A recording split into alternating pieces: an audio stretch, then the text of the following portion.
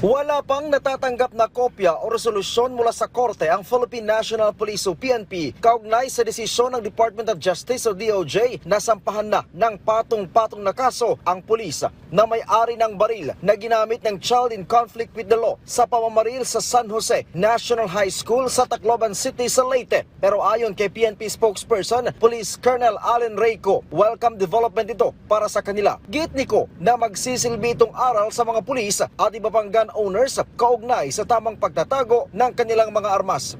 We welcome actually this development dahil ito po ay makakapagpaalala sa ating mga registered gun owners, lalo na sa ating mga kapulisan and other law enforcement agencies na humahawak po ng baril, na ingatan po ng ating baril and there are consequences sa hindi po natin pag-iingat sa ating mga armas. Dagdag niko na bagamat hindi ginusto ng tita ng CICL ang nangyari, mananagot pa rin ito sa nangyaring kapabayaan. Siguro wala namang intensyon yung may-ari ng baril, yung ating pong policewoman, na of course, na magamit ito sa ganitong karumal-dumal na insidente.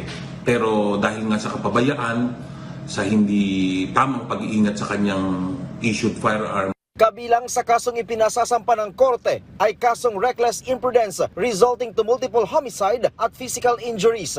of course, in all ganito po na process natin ay kailangan magkaroon ng due process. She will be given a chance to be heard at to give her side dito po sa nangyari po na ito. June 22 ngayong taon nang ratratin ng dalawang estudyante ang ilang classroom sa SJNS kung saan 3 ang naitalang patay habang 20 naman ang nasugatan. Agad isinailalim sa restrictive custody ang pulis. Sumasailalim na rin ito sa summary dismissal proceedings. Ryan Lisiges para sa Bayan.